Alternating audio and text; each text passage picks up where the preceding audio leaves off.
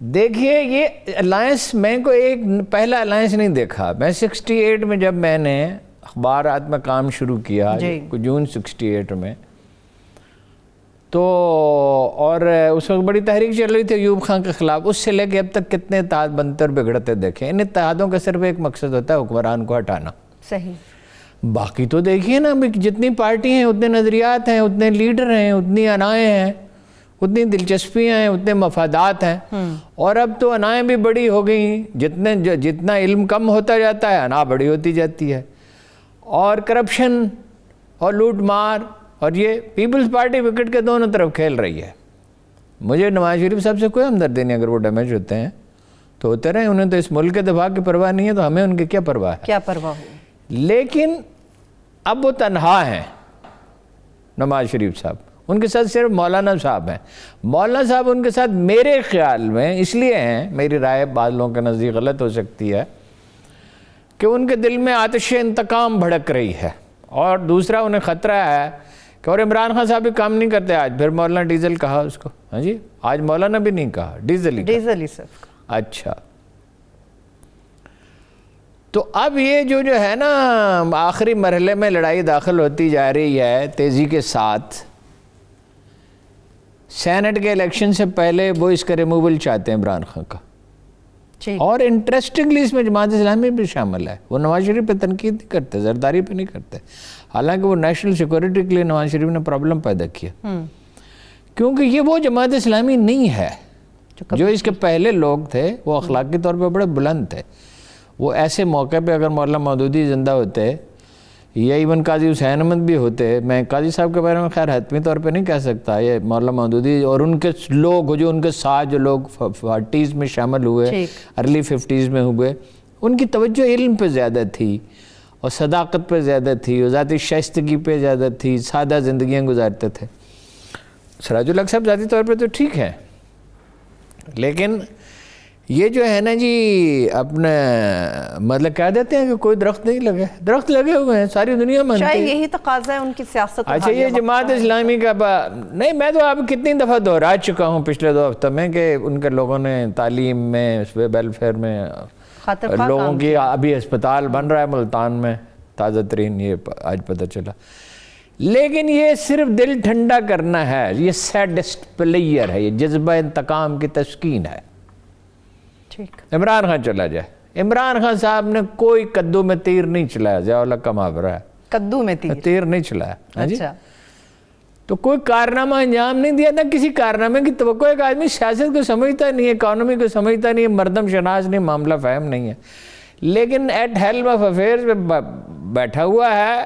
اور حکومت کی ایک طاقت ہوتی ہے، اور حکومت کے ارد گرد ہر طرح کے لوگ میسر آتے ہیں، ذہنی کلی ہر طرح کے میسر آتے ہیں، سیاسی. یہ اشرافیہ جب سے ریکارڈڈ ہسٹری ہے بر صغیر کی، تو لوگ کس کے ساتھ ہوتے ہیں؟ یہ سو کالڈ اشرافیہ جو ہے، یہ مڈل ایسٹ کی بھی، یہاں کی بھی، سینٹرل ایشیا کی بھی، یہ اشرافیہ کس کے ساتھ ہوتی ہے؟ وہ بغیر وضو کے نماز پڑھتے تھے لوگ ضیاء الحق کے زمانے میں، اور بیلاد کی محفلیں کراتے تھے. وہ جنرل، مجھے نام بھی پتہ ہے. اچھا، ہاں، ان میں سے ایک سینیٹر ہو گیا. مجھے کہہ رہا تھا مجھے پی ٹی آئی میں شامل کرا دو. میں نے کہا صبر سے بیٹھو، کس دن کرا دیں گے. اب تمہیں ایسی بے چینی کیا لگی ہوئی کہ تمہیں لے کے لاہور جاؤں اور میں بھی اپنا وقت ضائع کروں؟ وہ اب لاہور میں عمران خان آئے کہ کسی دن تمہیں لے جاؤں گا. تو وہ کچھ دن کے بعد وہ اس نے رابطہ ادھر کیا، یہاں شامل ہو گیا. اچھا، جہانگیر ترین بھی آپ پہنچے اور چودھری نے بھی اپنے کھیل کو تھوڑا آگے بڑھایا.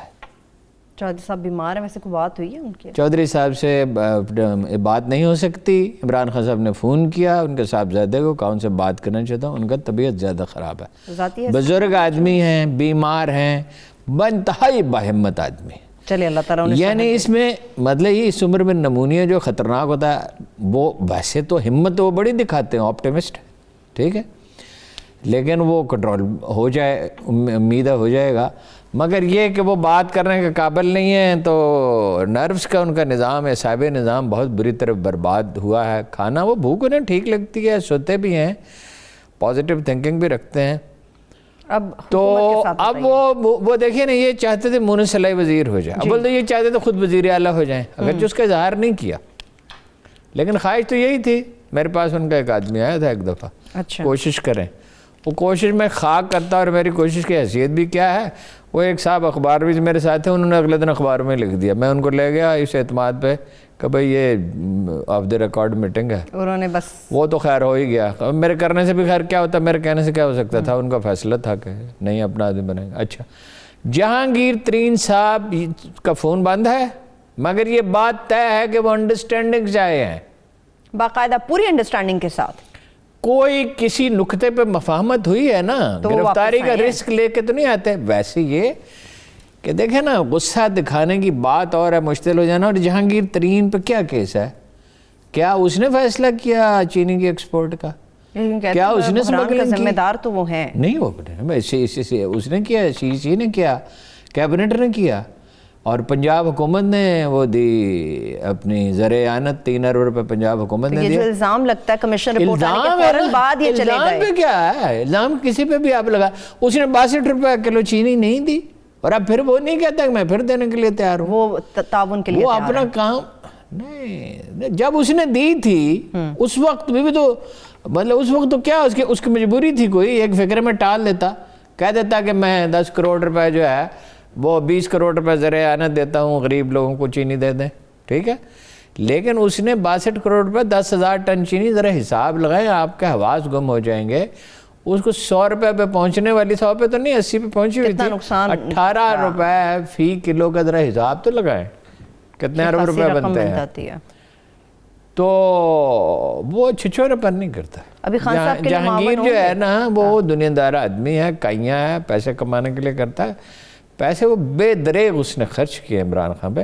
میں نے آپ سے کتنی دفعہ عرض کیا, اس لیے نہیں کہ میری بات درست تھی, اگین کہ میں وہ دیکھتا ہوں چیزوں کی لاجک کیا ہے, اور دانا لوگوں سے مشورہ کرتا ہوں.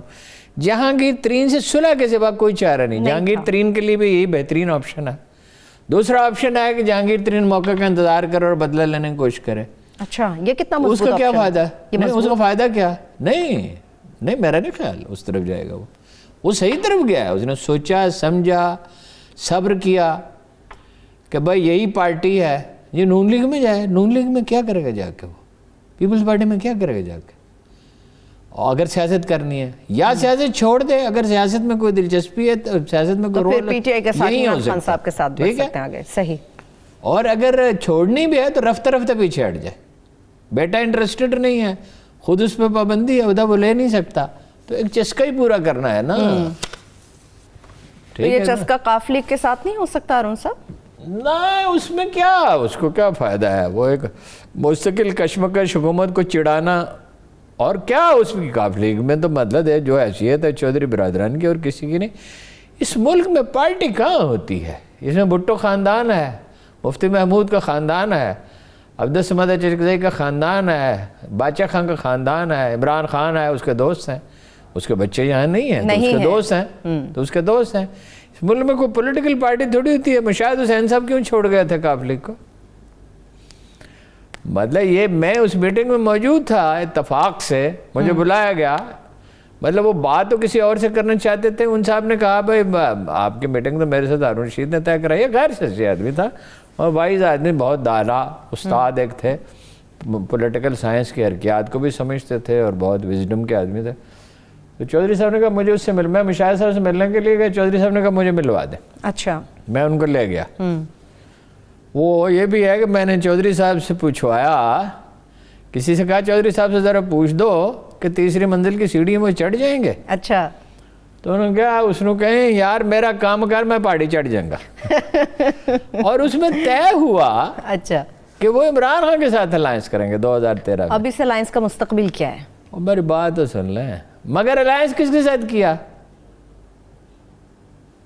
زرداری کے ساتھ. ڈپٹی پرائم منسٹر ہو گئے پرویز الہی, اس کا نتیجہ کیا نکلا, انہیں کیا ملا. عمران خان کے اگر یہ ساتھ ہوتے تو یہ اس سے زیادہ سیٹیں جیتتے, آنریبل پوزیشن میں ہوتے. اچھا. بہرحال جہانگیر ترین صاحب کے ساتھ اگر انڈرسٹینڈنگ ہو جاتی ہے تو وہ ہیں جوڑ توڑ وہ کر سکتے ہیں. وہ ابھی تعاون کے لیے بھرپور وہ صوبائی حکومت کو بھی بچا سکتے ہیں, ایون چودھریوں کے جانے کے بعد بھی, اور مرکزی حکومت کو بچا سکتے ہیں. چودھریوں کی چودھری کسی کوئی سازش نہیں کر رہے حکومت کے خلاف. اچھا, وہ چاہتے ہیں ایسے حالات پیدا ہو جائیں یا سودے بازی کی پوزیشن مضبوط رہے یا ہماری بات مانے. اچھا, یا حکومت ٹوٹتی ہے تو اپنے بوجھ تلے ٹوٹے. ٹھیک ہے نا؟ ٹھیک. جہاں انہیں رابطہ رکھنا چاہیے وہاں ہے, اور وہاں سے جب تک سگنل نہیں ملے گا چھوڑیں گے نہیں. ٹھیک ہے, فون وہ بھی نہیں سن رہے کئی دن سے, ہمیشہ سنتے ہیں نہیں سن رہے, حالانکہ ہم ان کا موقف ہمیشہ وضاحت کے ساتھ دیتے ہیں. تو حالت یہ ہے خان صاحب کے بھی کمالات کوئی شمار نہیں کیے جا سکتے. نابک نے تیرے سید نہ چھوڑا زمانے میں, تڑپے ہے مرغ قبل نما آشیانے میں, معاف نہیں کسی کو کیا, عزت کسی کی نہیں. ہاؤسنگ پہ لے دے کہ انویسٹمنٹ کہاں ہو رہی ہے؟ ہاؤسنگ میں ہو رہی ہے. ٹھیک ہے, 8 مہینے سے ہاؤسنگ منسٹر سے ان کی میٹنگ ہی نہیں. طارق بشیر چیمہ سے یہ سیکرٹری کو بلا لیتے ہیں. وہ ضروری سمجھتے ہوں گے نا, انہیں کے ساتھ بات ہو جاتی ہے. نہیں سمجھتے کیا ہوں گے کہ دنیا میں کام کرنے کا ایک طریقہ ہوتا ہے. کوئی آدمی چائے کی پتی میں اپنا دودھ پانی ڈالنے کی بجائے اپنا کوکنگ آئل ڈال دے اور کہے کہ وہ یہ, آپ کہیں گے وہ تو یہ سمجھتا ہے. اس کے سمجھنے نہ سمجھنے سے کیا ہوتا ہے؟ تو وہ اپنی سمجھ کے مطابق کام کرتے ہیں. دیکھیے ریلوے کے نہیں سمجھ نہیں ہے, ایروگنس ہے.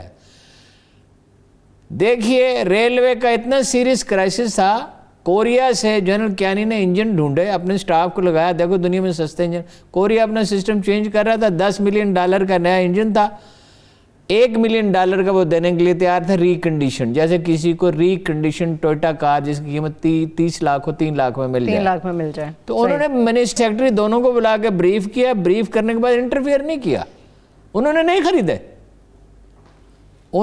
خریدے. وہ چاہتے نہیں تھے, وہ ایک فوجی ادارے نے خریدے, اپنی ٹرینیں چلانے کے لیے ان سے مذاکرات کیے. بعد میں انہوں نے کہا ہمیں ہی دے دیں, تو انہوں نے ریلوے کو دے دیے, اور اچھا کیا. یہ کوئی ضروری تو نہیں ہے نا ہر چیز میں وہ دخل دیں.